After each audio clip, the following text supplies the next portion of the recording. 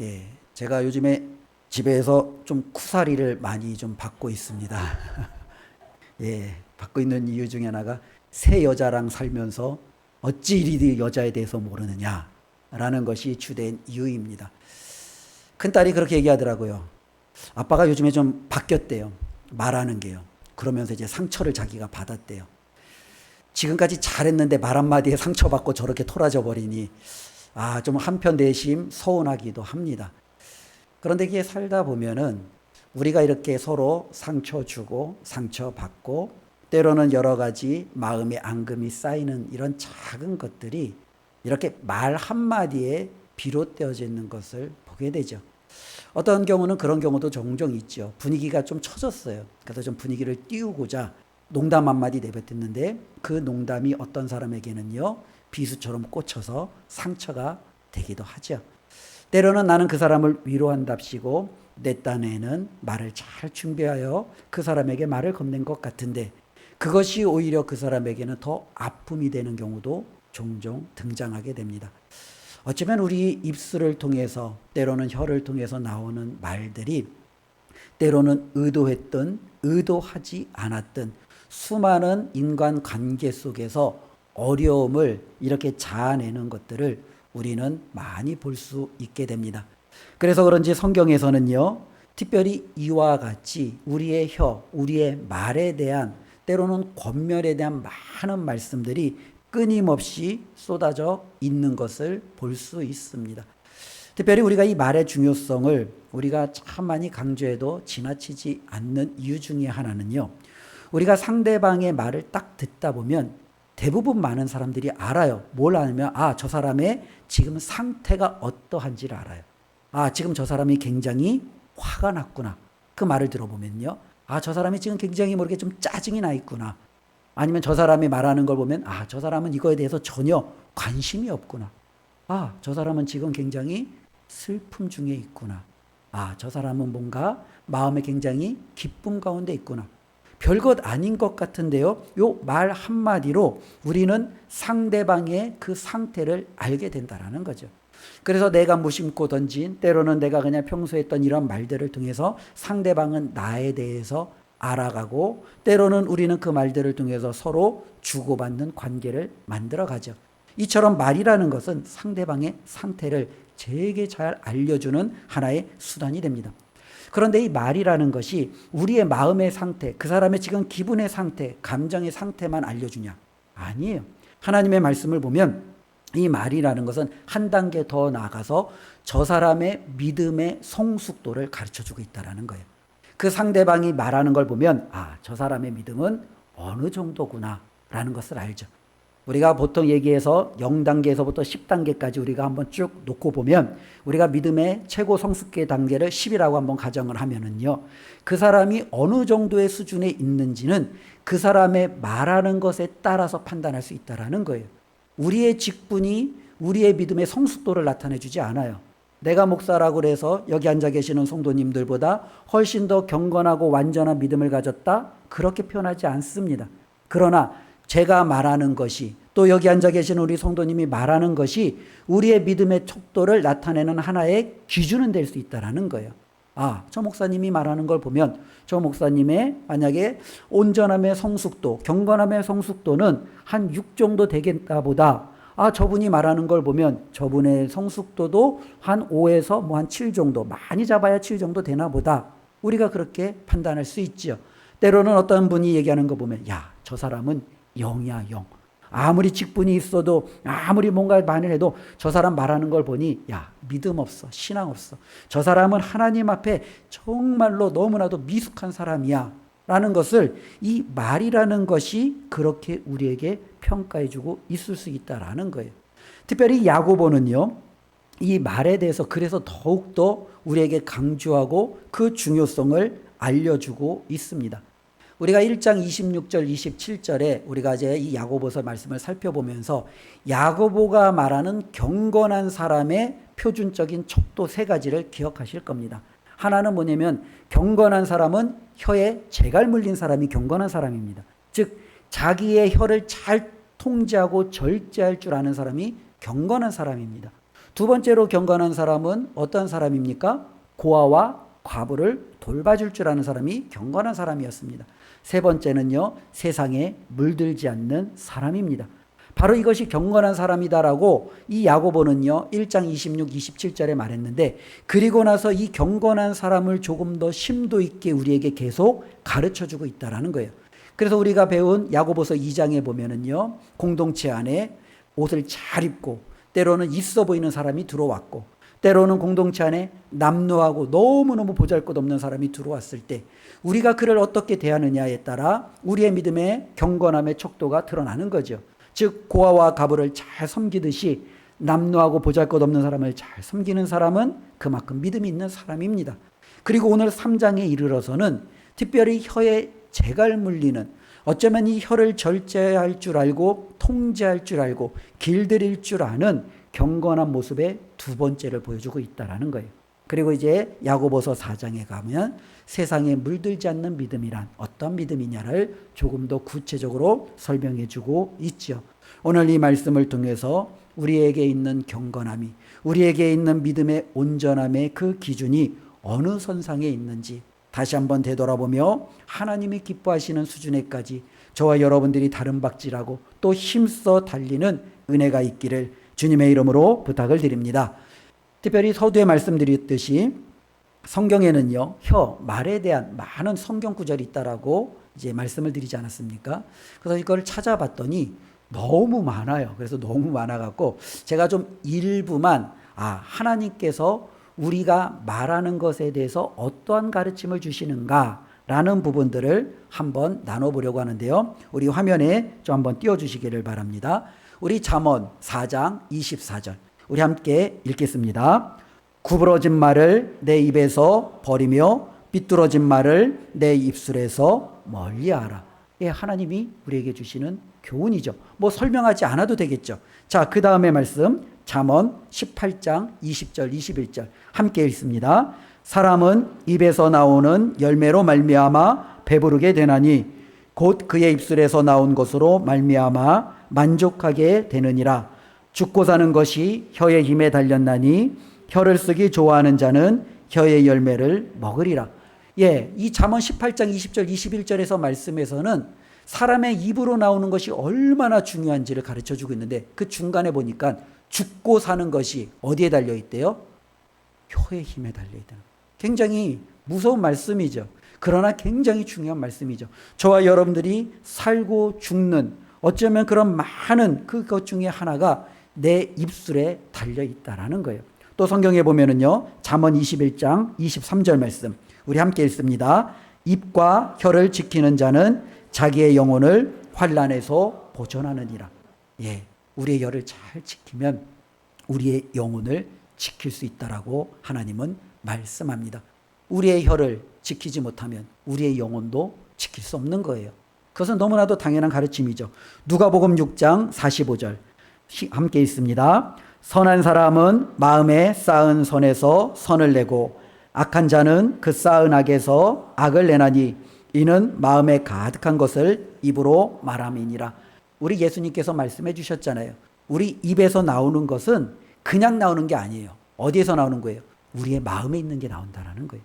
그러니까 우리의 입술이 말하는 것은 그 사람의 온전함을 촉도할 수 있는 이 야고보의 기준에 부합되는 거죠. 왜? 그 사람의 마음의 상태, 그 사람의 신앙의 상태, 믿음의 상태를 알 수 있다라는 거예요. 베드로도 하나의 말씀을 우리에게 증거해 주고 있는데요. 베드로전서 3장 10절 함께 읽습니다. 그러므로 생명을 사랑하고 좋은 날 보기를 원하는 자는 혀를 금하여 악한 말을 그치며 그 입술로 거짓을 말하지 말고. 모든 사람이 복받기를 원합니다. 우리도 복받기를 원합니다. 하나님이 내 생애 가운데 좋은 날 주시기를 원합니다. 그렇죠? 근데 베드로는 뭐라 그래요? 좋은 날 보기를 원하느냐? 그러면 혀를 금하고 악한 말을 금하라 라고 우리에게 권면해 주고 있습니다. 이 외에도 우리의 입술과 혀에 대한 성경의 말씀은 너무나도 많아요. 특별히 이와 같은 많은 말씀을 바라보면서 야고보가 가르치는 우리가 하나님 앞에 온전한 경건을 이룰 수 있다는 것이 무엇인지를 한번 살펴보려고 합니다. 특별히 오늘 1절부터 12절까지의 말씀을 보면 이 야고보가 혀의 특징에 대해서 말해요. 그러니까 우리의 입술의 특징, 우리의 말의 특징에 대해서 말하고 있습니다. 이것을 몇 가지로 한번 정리해 볼 수 있는데요. 첫 번째는 이 혀라는 것은 우리의 경건함, 온전함, 때로는 거룩함을 나타내는 척도가 될 수 있다는 거예요. 그래서 2절 말씀을 보면 우리 2절 말씀 한번 읽어볼까요? 우리가 다 실수가 많으니 만일 말에 실수가 없는 자라면 곧 온전한 사람이라. 예, 이거 분명히 말하잖아요. 그렇죠? 누가 온전한지 온전하지 않은지를 알 수 있는 것을 우리가 파악하려면 뭘 보면 돼요? 그 사람의 말을 보면 돼요. 그 사람이 말하는 걸 보면 아, 저 사람은 온전하구나. 저 사람이 말을 보면 아, 저 사람은 왜 이렇게 불완전하고 왜 이렇게 연약한가, 실수가 많은가 알 수 있는 거예요. 여기서 이 온전하다라는 것은요, 완전하다라는 거예요. 여기서 완전하다라는 것은 영어로 보면 퍼펙트예요. 어떻게 보면 우리에게 하나의 부족함이 없는 거예요. 우리 하나님께서는 저와 여러분들에게 이렇게 말합니다. 예수님이 말하죠. 우리에게 하늘에 계신 너희 아버지의 온전하심과 같이 너희도 온전하라. 어쩌면 하나님의 완전하심처럼 우리도 완전하라라고 말하는데 하나님, 부족한 제가 어떻게 완전할 수 있겠습니까? 야고보는 말하는 거예요. 내 혀를 정말로 길들이고 실수가 없으면 너는 완전한 사람이 될 수 있다라는 거예요. 그렇기 때문에 이 혀라는 것은 무엇입니까? 우리의 모든 삶에 저와 여러분들이 어떠한 사람인지를 나타낼 수 있는 하나의 척도가 된다라는 거예요. 특별히 그것을 우리가 알려면 이런 부분이에요. 우리가 어떠한 그 사람을 보면 그 사람의 삶을 한 번에 다 파악할 수 없잖아요. 그런데 말을 보면 파악할 수 있다라는 거예요. 그러면서 야고보가 두 가지 예를 우리에게 들어주고 있습니다. 3절에 보면 예전에 우리가 들었던 말씀인데요. 말들의 입에 재갈을 물리는 거예요. 또 4절에 보니까요. 배가 있는데 이 배에는요. 키가 있잖아요. 우리 보통 알잖아요. 이렇게 둥그렇게 뭐 자동차 운전대처럼요. 그 키가 있지 않습니까? 그 키를 예를 드는 겁니다. 그런데 이 말은요. 굉장히 커요. 근데 이 굉장히 큰 말도 재갈을 물리면 이 모든 큰 말을 마음껏 준비할 줄 뭐랄까요? 자기의 뜻대로 움직일 수 있어요. 오른쪽으로 왼쪽으로 뒤돌아게 멈추게 이 모든 것들이 재갈 하나로 통제가 된다라는 거예요. 배는요 훨씬 더 커요. 이 엄청나게 이 큰 배를 어떻게 움직일 수 있겠습니까? 어떻게 방향을 바꿀 수 있겠습니까? 작은 키 하나만 있으면 되는 거예요.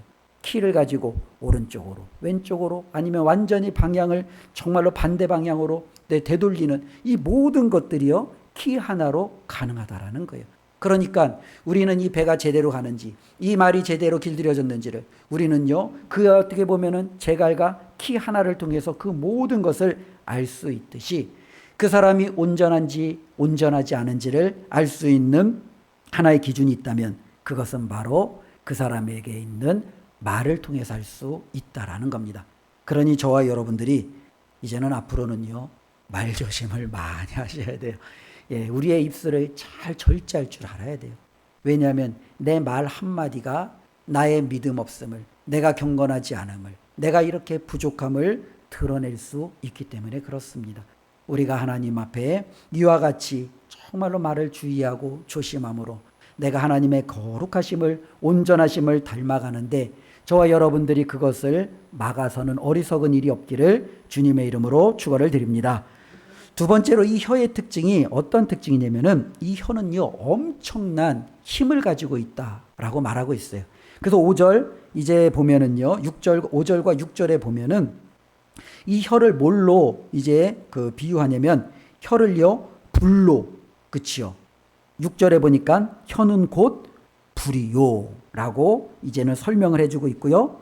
또한 혀는 곧 불의의 세계라라고 말해주고 있습니다. 이 불이라는 것은 작아도 상관없어요. 태울 것만 있으면 어떻게 해요? 다 태워버려요. 작은 불씨가 온 산을 다 태워버려요. 작은 불씨가 온 집안을 다 태워버려요. 완전히 다 사라지게 만들어요. 이 불은 굉장한 힘을 가지고 있어요. 작다라고 우리가 그것을 무시하고 정말로 그것을 깔보는 것은 미련한 거예요. 이 작은 것이 얼마나 큰 힘을 가지고 있는지 알면 우리는 그것을 함부로 대할 수 없다라는 거죠. 우리가 말을요, 말 한마디 갖고, 야, 뭐 말 한마디 갖고 그래. 야, 뭐 말 한마디 갖고 말도 못하냐 나는.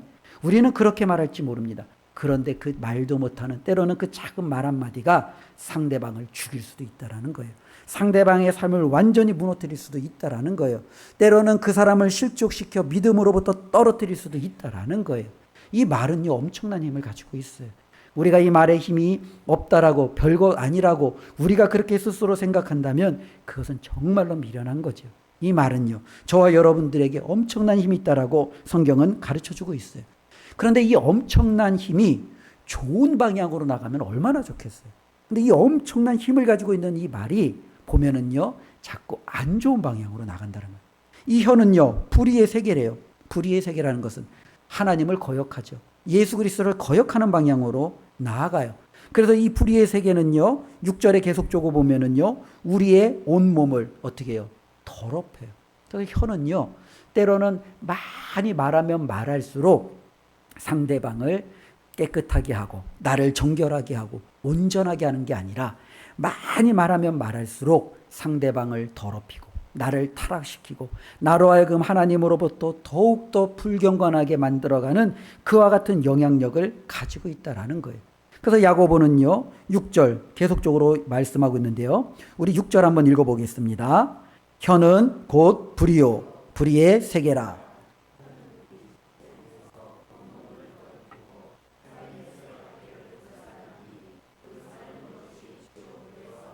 예, 무섭죠. 예, 이 정도의 힘을 가지고 있는 게 혀라는 거예요. 이 혀는요, 어마어마한 힘을 가지고 있어요. 우리의 온몸을 불사른대요. 거기에서 그치지 않아요. 삶의 수레바퀴를 불사른대요. 삶의 수레바퀴라는 건 뭐예요? 저와 여러분들이 살아가는 평생의 모든 것들을 다 불사줄 수 있는 게 혀라는 거예요. 신기한 게요, 나이가 들면 사람들이 조금씩 어떻게 해요? 선한 모습으로 바뀌어지잖아요. 예전에는 그냥 툭 하면 화내고 분노했던 사람이 나이가 들면 어떻게 해요? 조금씩 수그러져요. 그렇죠? 조금씩 온화해져요. 예전에는요, 절제하지 못하고 참지 못하고 그냥 자기의 성질대로 했던 사람이 나이가 들면 아유, 그저 그럴 수도 있지 하면서 조금 더 어떻게 보면은요, 절제와 참는 모습이 나타나요. 그런데요, 혀는요, 안 그렇다는 거예요. 젊든 나이가 들었든 이 혀는요, 끊임없이 우리의 삶 속에서 여전히 정말로 역동적으로 활동하고, 그 역동적으로 활동하는 그것이 어떻게 해요? 불의의 세계에서 나온 것처럼 우리의 온몸을, 우리의 온 삶을 끊임없이 어떻게 해요? 불사른다라는 거예요.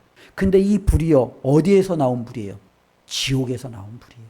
그만큼 혀가 무섭다라는 거예요. 그만큼 혀는요, 이렇게 엄청난 힘을 가지고 있다라는 거예요. 지옥에서 나온다라는 건 뭐겠습니까? 혀라는 건요, 사단의 도구죠. 어쩌면 마귀가 우리에게 정말로 우리를 무너뜨리고 상대방을 무너뜨리는 가장 확실한 수단이 되는 거죠. 우리의 혀를 정말로 제대로 사용하지 못하면 이와 같이 엄청난 무서운 일이 일어난다라는 거예요. 그러니 경건이라는 것을, 온전함이라는 것을, 하나님이 우리에게 요구하시는 이 거룩함이라는 것을 우리가 말 한마디 정말로 가볍게 하는 것으로, 우리가 정말로 이것은 아무 영향력이 없을 거야 라고 생각한다면 그것은 엄청난 착각이라는 겁니다. 혀는요, 이와 같이 엄청나게 큰 힘을 가지고 있고, 그 힘은요, 하나님을 향한 것이 아니라 하나님을 대적하는 방향으로 모든 삶을 불태우고 무너뜨리는 것으로 가장 큰 힘을 발휘하고 있다는 것을 우리가 꼭 기억했으면 좋겠습니다. 그러니 혀를 우리가 정말로 잘 다스리는 것, 이것이 믿는 자들에게 얼마나 중요한지 생각해 보기를 원합니다. 또한 야고보는요, 이 혀를요, 이제 가지고, 이 혀가 가지고 있는 특징을 우리에게 말씀해 주고 있는데요. 7절과 8절을 통해서 말하고 있는데요. 우리 8절 말씀 우리 한번 읽어 보겠습니다. 혀는 능히 길들일 사람이 없나니. 예, 요거예요. 혀의 특징 중에 하나가 뭐예요? 길들여지지 않는다는 거예요. 사람이 길들일 수 없는 게 있나요? 없나요? 우리 혀를 빼고 모든 것을 사람이 다 길들일 수 있대요. 7절에 보니까 그러잖아요. 여러 종류의 짐승과 새와 벌레와 바다의 생물은 다 사람이 길들일 수 있고 길들여 왔거니와, 하나님이 창조하신 모든 세계에 있는 존재하는 피조물들은 사람이 지금까지 다 길들여 왔어요. 그리고 길들일 수 있어요. 우리가 보면 그래요. 정말로 그렇게 맹수 중에 맹수, 사자도, 호랑이도 사람은 길들이더라고요. 우리보다 거대한 힘을 가지고 있는 이 코끼리도 사람은 자기 마음대로 길들여요. 우리가 보면은 사람을 해할 수 있는 그 무수한 것들도 보면은요, 사람은요, 다 길들여요. 그리고 길들일 수 있어요. 그와 같은 엄청난 힘을 가지고 있는 게 누구예요? 저와 여러분들이에요. 그런데 우리가 길들일 수 없는 게 있다라는 게. 그게 바로 뭐예요? 우리 요 혀를 우리는 길들일 수 없다라는 거예요. 이게 어쩌면은요, 우리에게 있어서 너무나도 큰 아픔이 될 수 있겠죠. 그렇지 않습니까?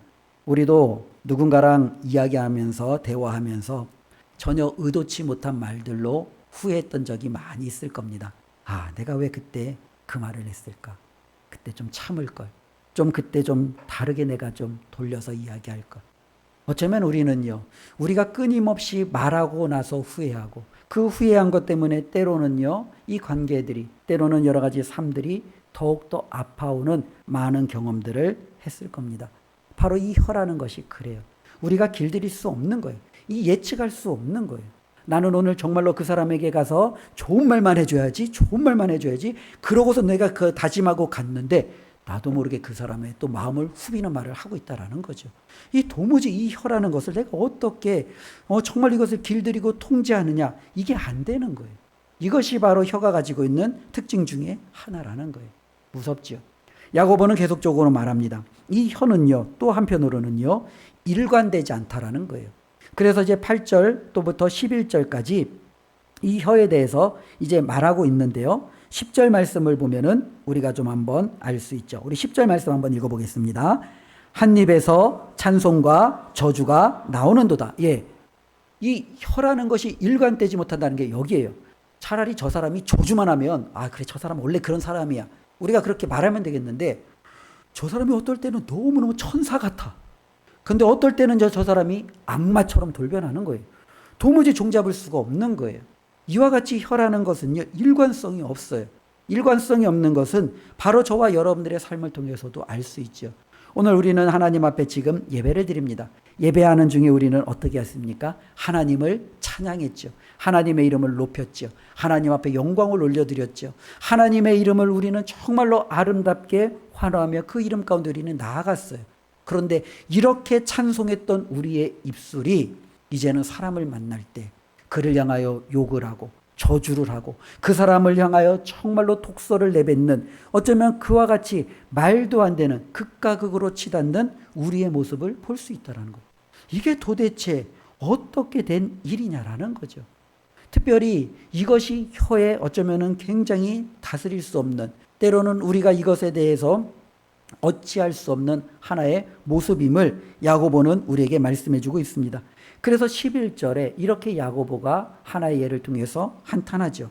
샘이 한 구멍으로 어찌 단물과 쓴물을 내겠느냐. 우리 보통 요즘에는 물을 마실 때 정수기를 그 집안마다 이제 설치해서 이제 정수기를 이제 우리가 이제 놓고 물을 마시잖아요. 이 정수기에서 물을 넣는데 어떨 때는 단물이 나오고 어떨 때는 쓴물이 나온다면 이 정수기를 우리가 어떻게 사용할 수 있겠습니까? 당연히 우리는 AS 받아야죠. 그렇죠? 이것이 고장됐다, 잘못됐다. 그러면서 우리는 당연히 그 정수기를 교체할 겁니다. 이것이 당연한 거예요. 그렇죠? 이것이 맑은 물, 단물, 때로는 정말로 원래 물의 맛을 내려면 계속 그 물을 내야 돼요. 근데 이것이 어떨 때는 좋은 물을 냈다가 어떨 때는 쓴 물을 냈다가 말이 안 되는 거죠.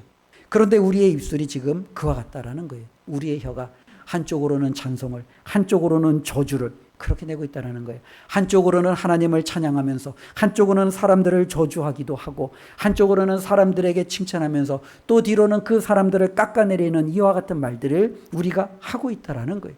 우리의 혀는 이렇게 일관되지 못하다라고 말하고 있죠.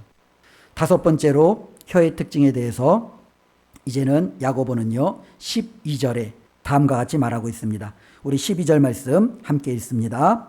내 형제들아 어찌 무화과 나무가 감람 열매를 포도나무가 무화과를 맺겠느냐. 이와 같이 짠물이 단물을 내지 못하느니라.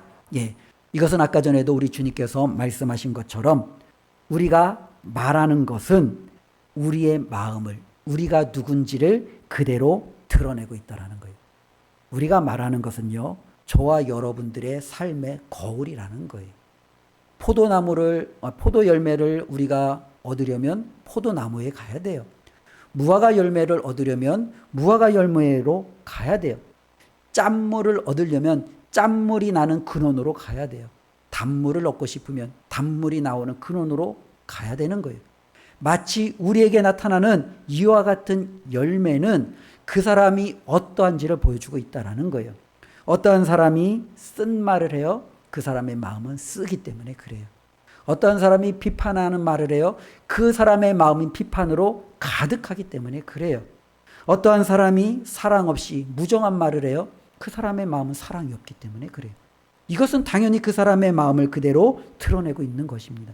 그렇기 때문에 우리는 혀를 통해서 실질적으로 그 사람이 어떠한 사람인지를 알 수 있다라는 거예요.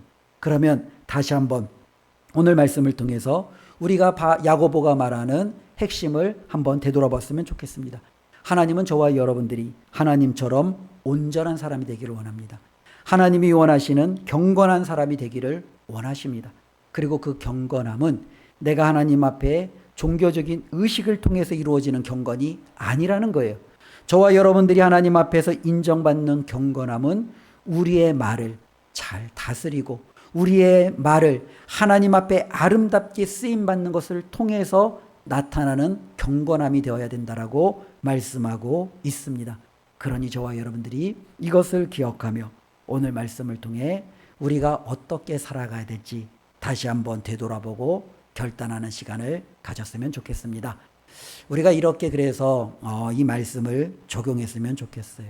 하나는 가장 확실한 것은 계속적으로 야고보가 말하는 것처럼 혀에 재갈 물리라고 하잖아요.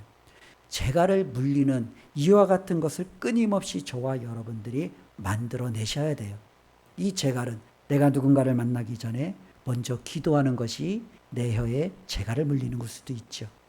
내가 잠시 어떤 말을 하기 전에 먼저 생각하는 거죠. 이 말이 상대방에게 힘이 될까?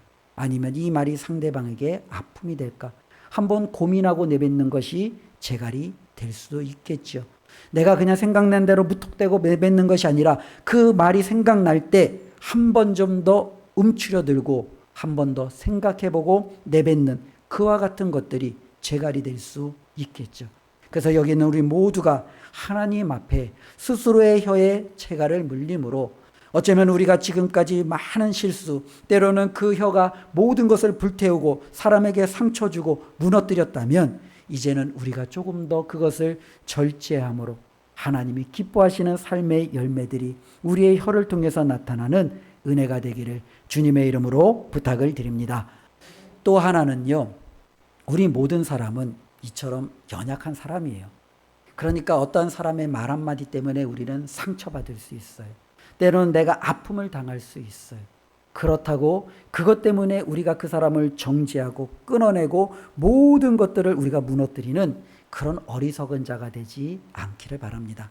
그래, 나도 연약하듯이 저 사람도 연약해. 그러니까 저 사람도 자기가 지금 하고 있는 말이 나에게 상처가 되는지 모르니까 무턱대고 그 말을 하고 맺겠지.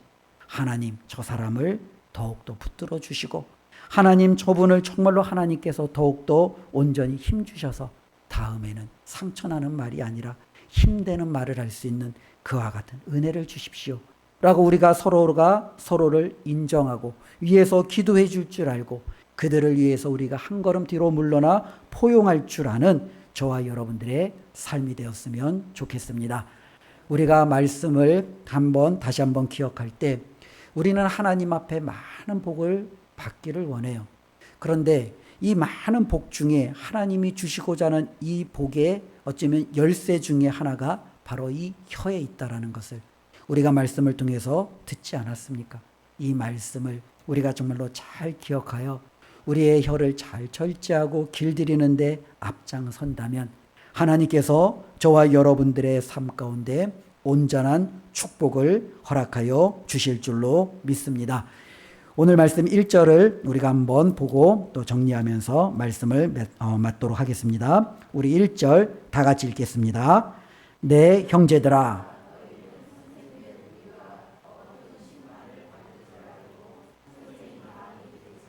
예, 선생이라는 것은 앞에서 많은 사람들을 이끌어가는 사람이에요. 그러다 보니 말을 많이 하게 됩니다. 특별히 목사로, 장로로, 권사로, 집사로 또 하나님 앞에 이렇게 귀한 중직으로 세움받은 여기에 있는 모든 분들은 선생된 사람들입니다. 그렇기 때문에 우리는요, 하나님의 귀한 사명을 감당하다 보면 나도 모르게 실수도 많이 하게 되고, 그 실수가 상대방을 힘들게 하고 아프게 하고 때로는 우리가 원치 않는 결과를 맺기도 합니다. 그러니 저와 여러분들이 더욱더 깨어 있으므로 하나님이 나에게 주신 이와 같은 정말로 직분을 우리가 정말로 편하게 감당하는 게 아니라 두렵고 떨림으로 감당함으로 우리가 하나님 앞에 섰을 때 책망이 아니라, 그래, 내가 너에게 맡겨준 그 일이 정말로 힘들고 어려웠는데 잘 감당했구나. 내 혀를, 내 말을 잘 절제하고 통제하고 많은 사람들을 옳은 길로 잘 이끌었구나. 우리 하나님의 인정함을 받는 우리의 모든 삶이 되기를 주님의 이름으로 축원을 드립니다. 기도하겠습니다. 하나님 감사합니다. 오늘 말씀을 통해서 우리가 하나님처럼 완전해지는 길이 무엇인지를 우리에게 가르쳐 주셨습니다. 우리의 혀에 실수가 없다면 하나님, 우리가 온전한 사람이라고 말씀해 주셨는데, 하나님 부끄럽게도 우리는 말에 실수가 많은 사람들입니다. 너무나도 많은 실수 때문에 스스로도 낙담하기도 하고 다른 사람들을 낭망시키기도 하고 실족시키기도 하고 때로는 우리가 원치 않는 많은 어려움들을 만들어내기도 합니다. 주님, 우리의 연약함을 용서하여 주시옵소서. 다시 한번 하나님의 말씀을 통해서 우리의 혀에 재갈을 물리며 하나님이 기뻐하시는 삶을 살아가고자 결단하오니 성령 하나님, 우리를 도와주시옵소서. 우리의 혀가 모든 것을 불태우는 어리석은 결과가 아니라 한 사람 한 사람을 온전히 세울 줄 아는 하나님의 귀한 아버지 하나님 역사의 통로가 되게 하여 주시옵소서. 예수님의 이름으로 기도드리옵나이다. 아멘.